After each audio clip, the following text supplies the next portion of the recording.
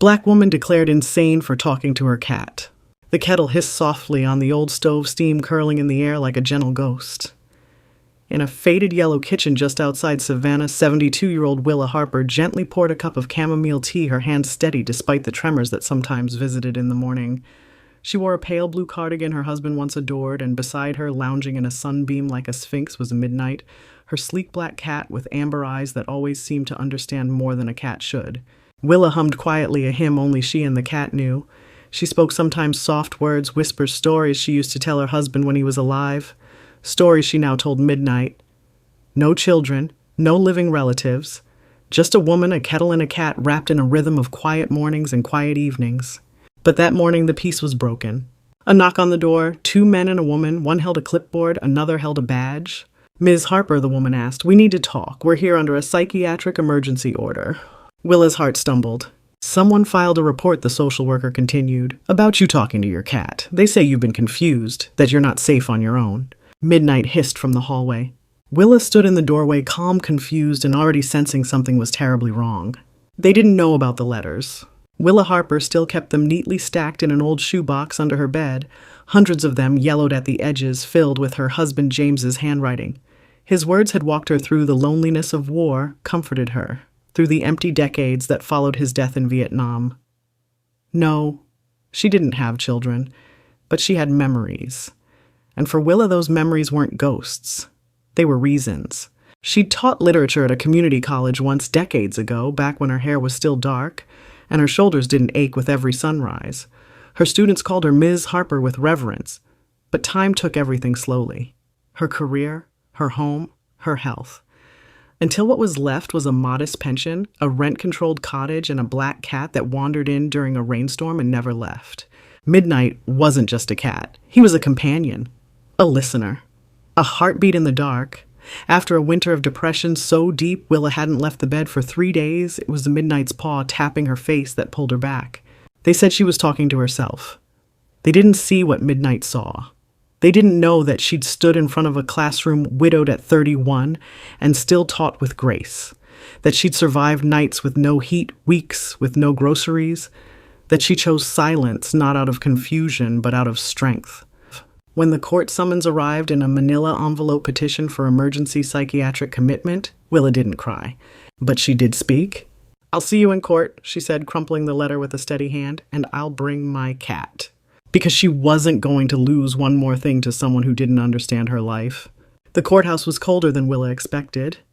Not in temperature, but in spirit. The walls were washed in grays and greens, sterile as a waiting room, indifferent to those walking through it. A metal detector hummed as she passed through a security guard, glancing sideways at the cat carrier in her hand. Midnight let out a low, annoyed meow.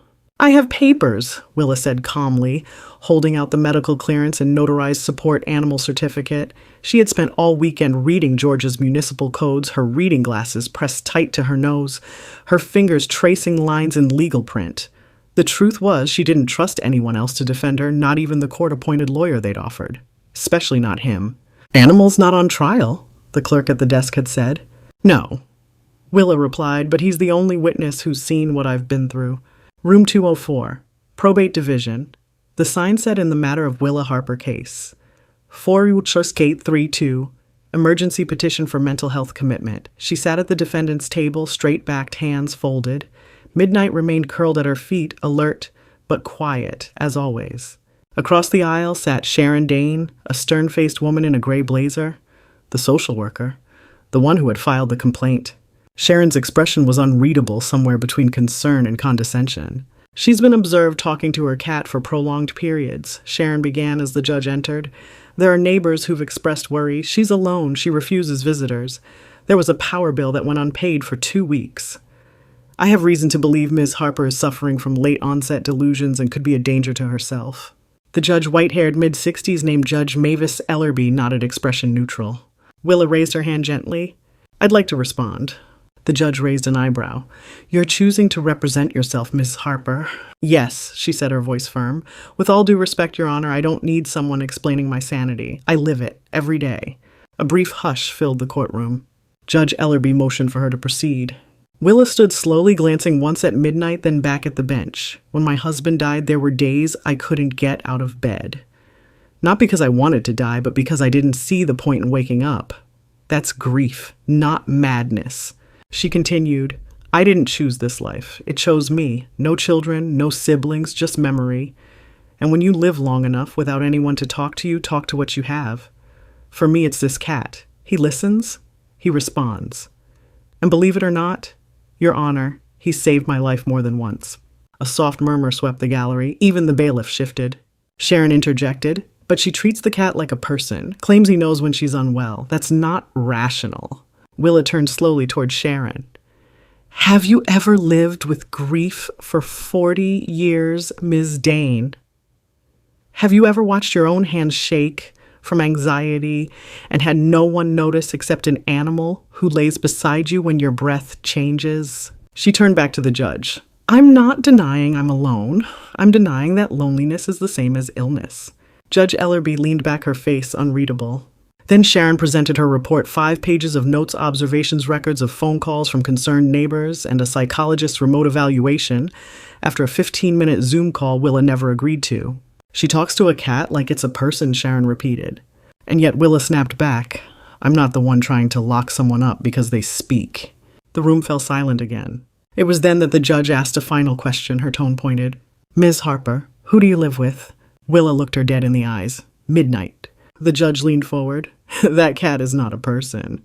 No, Willa said. He's better than most of the people who've knocked on my door pretending they were trying to help. There was a pause, long, still almost heavy. I'll review the materials and make my decision, Judge Ellerby said. Court resumes in 2 days. And then, before she adjourned, she looked down at the cat under the table. Midnight blinked once, calm, unbothered. But Willa saw the warning signs. The system had already decided who she was old, alone, unstable. They weren't going to listen to reason, not unless she brought proof. As she left the courtroom, her phone buzzed, a number she didn't recognize. Ms. Harper, this is Dr. Amelia Grant. I'm a therapist working with a new trial in behavioral pet therapy. I believe your cat might be more than a companion. May I meet with you before your next hearing? Willa's heart lifted just slightly. Yes, she said, yes, you may. Because if they were going to put her on trial for surviving, then they were going to have to hear the whole truth. 2 days before the next hearing, the world around Willa began to shift, and not in her favor. It started with her landlord. A notice slipped under her door. We've been notified of your current legal proceedings. Pending outcome, we may reevaluate your tenancy. No signature. Just cold type on paper that smelled like fear. Then the mail stopped coming. Willa had to call the post office twice before someone admitted that the carrier was under advisement due to her pending mental status. One neighbor, a woman Willa used to bake pies for every Thanksgiving, crossed the street when she saw her outside. But worst of all was the message on her answering machine voicemail from a local news anchor. Ms. Harper, this is Monica Price with Channel 7. We're following a report about elderly residents and mental health risks. We'd love a comment. She didn't return the call. The walls of her little world were closing in, and all she had was midnight. But even that felt fragile now. She noticed it that afternoon, the way he pawed at her wrist, a twitchy gesture she'd seen once before last fall when her chest felt tight for 3 days and she ended up in the ER with dangerously high blood pressure. Was it happening again? She lay down midnight, perched near her shoulder, eyes locked onto hers like a sentinel. That evening, Dr. Amelia Grant arrived at Willa's cottage. The therapist was younger than she'd imagined, early 40s, dark curls, sharp glasses, calm eyes. She introduced herself with a clipboard tucked under one arm and a warmth that was rare these days. I'm part of a study on animal-assisted mental health stabilization, Amelia explained, but I've read your case file. I think there's more going on here than they realize. Willa nodded slowly. I'm not crazy, doctor. I'm just quiet, and they don't know what to do with that. Amelia asked if she could observe their routine. Willa showed her everything, how Midnight curled beside her when she read, how he followed her from room to room, how he responded when she coughed or paused too long in thought. They reviewed her breathing logs, even a short video Willa had recorded 2 months ago during a night she couldn't sleep. In the video, Midnight sat beside her as she cried and nudged her hand until she finally stood up and walked into the kitchen to drink water. You document yourself, Amelia asked. Sometimes, when I feel myself slipping. Amelia paused. You have more insight into your condition than half my clients with full-time caregivers. Still, the pressure was mounting. That night, someone posted anonymously on the community board, if you can't care for yourself, don't endanger others. That cat's not a nurse. The city needs to intervene. The next morning, Willa's front gate had been kicked in. She called the police. They didn't come. But the bailiff came with another envelope. Additional evidence submitted by social services stamped in red. Inside were photos, surveillance-style pictures taken from a distance. Willa in her garden, Willa talking to Midnight, Willa standing still alone on her porch. Like they were building a case around loneliness. But Willa had already lost too much in this life to surrender to silence again. The day before the hearing, she called Dr. Grant and said, "I want to submit that video. The one of him noticing my breathing change." "Are you sure?" Amelia asked. "Once it's in evidence, it's public." "I'm sure," Willa said. "If they want to put my grief on display, then they can see how I fight through it too." At midnight, the phone rang again, this time from an unknown number with no voice, just breathing. She hung up and locked every door. The next morning, Amelia didn't show up on time. Willa waited an hour, then 2. She called her number. Voicemail. Finally, at 10:13 a.m., a call came through, not from Amelia, but from her assistant. "Dr. Grant's office was broken into last night," she said quietly. "Files were stolen, including yours." Willa sat down slowly, heart pounding. "What files?" "Everything, videos, intake, notes, evaluations, it's gone." Willa hung up without a word.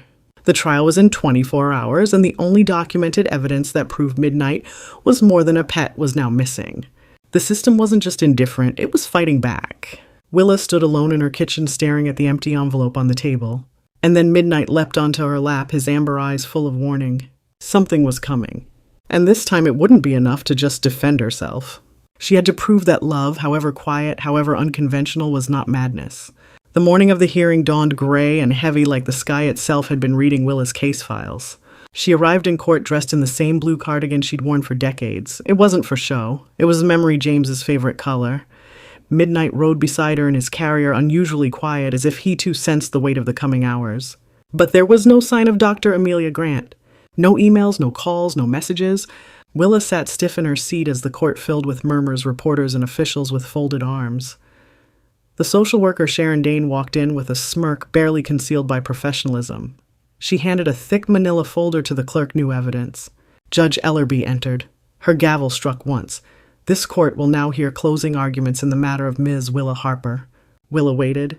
Surely Amelia would walk through the door any moment. But the door stayed closed. Sharon rose first, launching into a rehearsed mechanical statement. "Your Honor, our concern has always been the respondent's mental safety.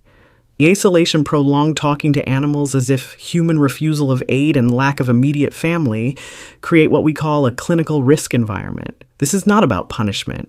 It's about protection. She's not fit to live alone. We're simply asking that she be temporarily placed in a monitored mental health facility until a full psychological assessment can be conducted." The judge nodded slowly, lips pursed. "And your new evidence?" Sharon passed it to the bailiff. "Security footage from her neighborhood taken the day before our last hearing. You'll see she was standing outside barefoot, mumbling to herself." Willa stiffened. "I was gardening. I dropped my slippers." The judge peered at the footage, stone-faced. And then it came. Judge Ellerby turned toward Willa, her voice low, serious. "Ms. Harper, you've had no professional testimony on your behalf. No doctor present, no medical records submitted, only your own words." "I had a therapist," Willa said. "Dr. Amelia Grant. She was going to testify. Her files were stolen." "We have no proof of that," the judge said flatly. The silence in the courtroom was crushing.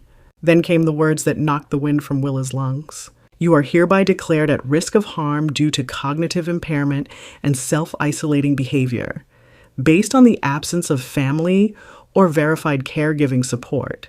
I hereby authorize an involuntary mental health hold effective immediately." Willa didn't hear the gasp in the back row. She didn't hear the gavel fall. All she heard was her pulse roaring in her ears. 2 court officers approached. Midnight hissed. "No," Willa said quietly. "No. You can't take me. You don't even know me." One officer reached for her elbow. "I have a cat who saved my life. I have records. I have a damn video. I'm not sick. I'm alone." They lifted her gently but firmly. "I was a teacher for 38 years, she shouted, now tears flooding her voice. "I pay my bills. I read the news. I mourn in silence. That's not crazy." They moved her toward the exit.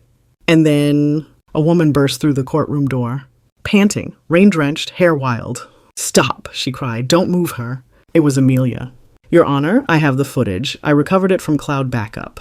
She held up a tablet, hands trembling.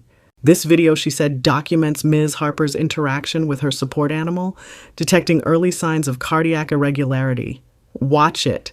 Listen to her breathing pattern. See how the cat responds before she even realizes she's in distress. The court paused. Judge Ellerby motioned her forward. The video played. A quiet, grainy recording. Willa curled on the couch, clutching her chest. Midnight pawing her face, meowing louder, insistent. And then Willa rising, staggering to the phone. The courtroom was silent. Amelia stepped forward, voice steady now. Ms. Harper's cat is not a delusion. He's an early intervention support animal. And Ms. Harper is not suffering from psychosis. She is suffering from grief. And she is coping with structure, insight, and connection. Everything this court claims she lacks, she has. Sharon Dane stood to object, but the judge raised her hand sharply. I've seen enough, Judge Ellerby said. Willa sat down slowly, her body shaking with relief, with disbelief, and with fury. She had come within minutes of being locked away, her dignity shattered, her story rewritten as madness. All because she was old, and black, and alone. And because she talked to a cat that saved her life.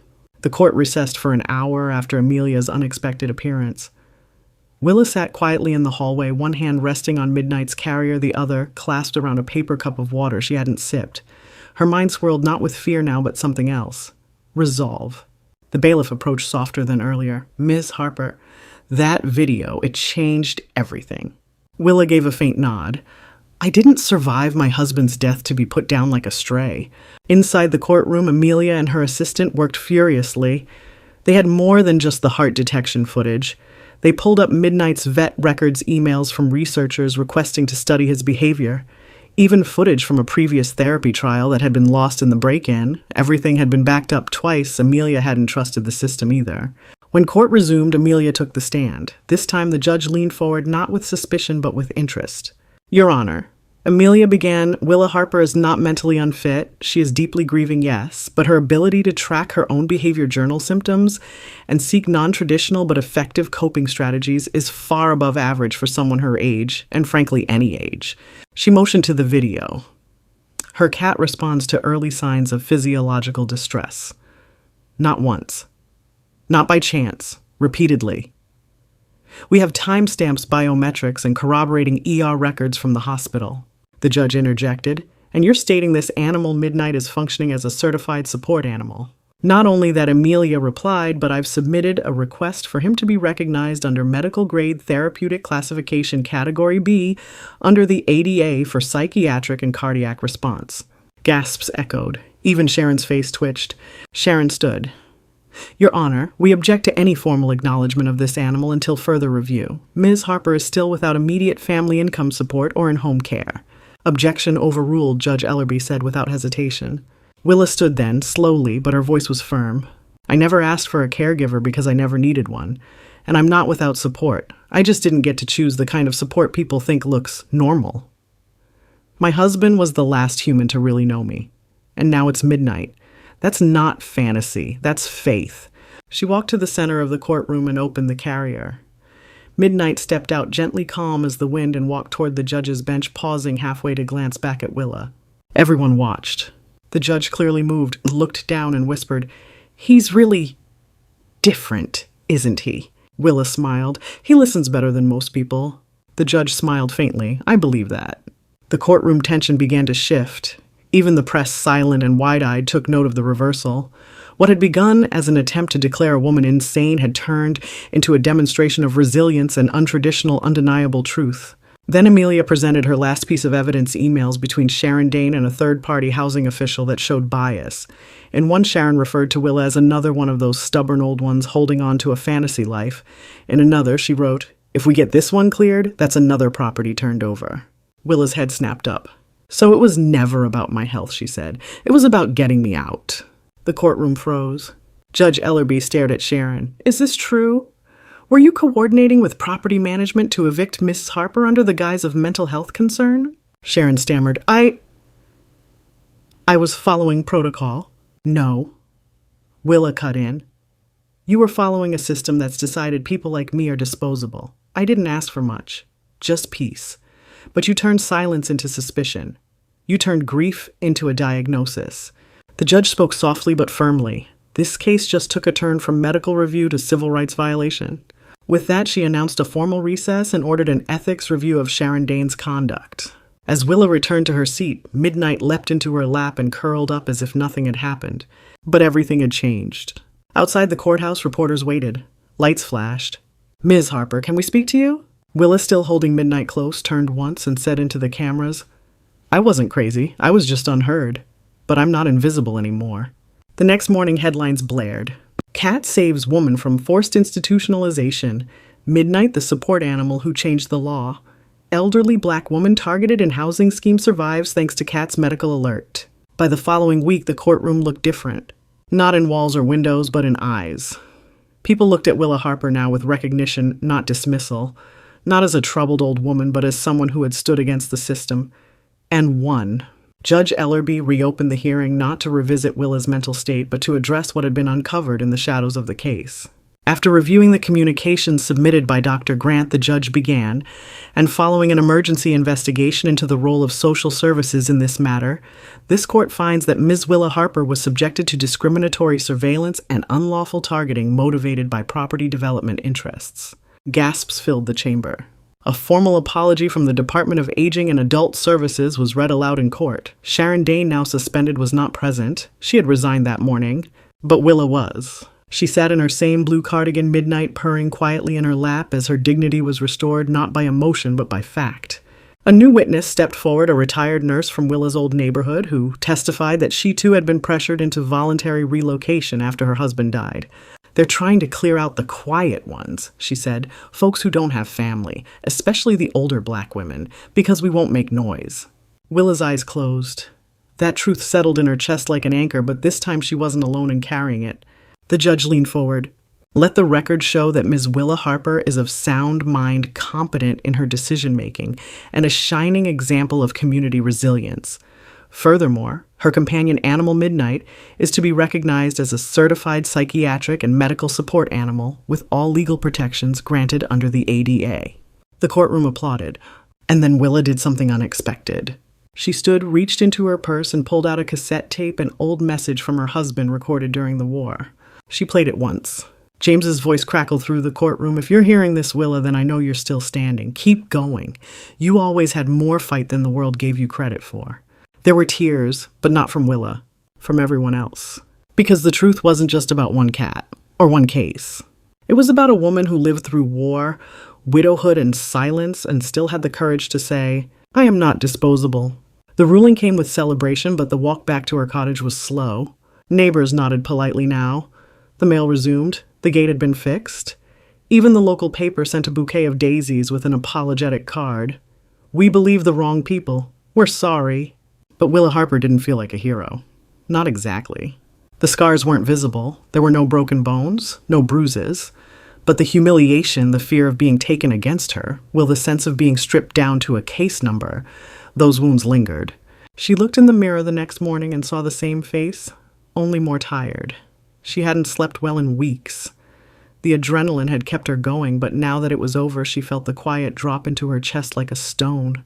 There were voicemails from nonprofits, from legal advocates, even one from a morning news anchor asking for an exclusive. She didn't return any of them. Instead, she fed Midnight, brushed his coat, and sat quietly in her reading chair. Freedom had been restored, but so had reality. Her name had been cleared. Her dignity returned. But her peace, that had been damaged.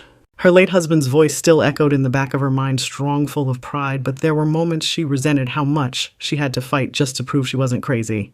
And she thought about the others. How many Willa Harpers had been taken without anyone to stop it? How many were still locked away, simply for grieving out loud? That night she lit a candle for them. Midnight curled at her feet, alert as ever. And when the phone rang again, another call asking her to speak at a press conference, Willa stared at it a long while before hitting delete. Some fights she thought should be handed off, but not forgotten. She took a walk around the garden, her fingers brushing the rosemary bush she'd planted 10 years ago. She was home. She was free. But she would never be the same. A month later, a bill was introduced in the Georgia State Assembly. The Harper Amendment, co-sponsored by 3 lawmakers, 2 of whom had watched the court footage on national television, called for mandatory oversight in elder wellness evaluations and prohibited forced psychiatric holds without physical or behavioral emergency. It included new standards for support animals. expanding recognition of emotional and medical companion pets for the elderly. And it bore Willa Harper's name. The city launched an investigation into discriminatory practices within adult protective services. Several officials were suspended. The community board that had once circulated anonymous fear-mongering now featured a new pinned post, "Let's talk about how we treat our elders." Students from Willa's old college invited her to speak via Zoom. She declined, but sent a letter instead, thanking them, encouraging them to be louder for those who live quietly. And midnight. He was profiled in a veterinary journal as one of the rare felines capable of detecting cardiac distress. The local clinic offered him lifetime care. The mayor declared the first Saturday of April, Midnight Day, honoring service animals who provided unseen but undeniable healing. Willa didn't stand on stages. She didn't pose for photos. But sometimes she could be seen sweeping her porch, a soft hum on her lips, midnight at her heels, as neighbors passed with new awareness in their eyes. A child once asked, "Is that the lady who talks to her cat?" Her mother bent down and said, "Yes, sweetheart," and thank God she did. Willa Harper never asked to be a symbol. She only wanted to be left in peace, to grow old with her memories, to water her garden, to talk to midnight without judgment. But when the world tried to silence her, she answered with truth. When they tried to lock her away, she stood taller. And when they told her love was madness, she showed them what sanity looked like, in the shape of a cat curled beside her heart. Her story now lives in legal textbooks and university lectures. Her name appears on legislation that protects thousands. But the real legacy isn't in laws or headlines. It's in the quiet courage of people who choose gentleness over noise, the quiet resistance of elders who still fight to be seen, the quiet love between a woman and the one companion who never stopped believing in her. To those who hear this story, ask yourself, what does dignity look like to you? Is it loud or is it silent? Is it standing on a podium or sitting beside someone in the dark? Willa's story reminds us that not all heroes shout. Some just refuse to disappear. And midnight. He reminds us that sometimes the smallest witness holds the biggest truth. So next time you see someone talking to a cat, don't laugh. Listen. Because that conversation might just be saving a life. If this story moved you, don't scroll away. Like, share, and comment below. Follow the Black Women channel for more true stories of courage, resilience, and quiet justice. And remember, silence isn't weakness. Sometimes it's the most powerful kind of protest there is. They tried to bury her with silence, but she bloomed anyway.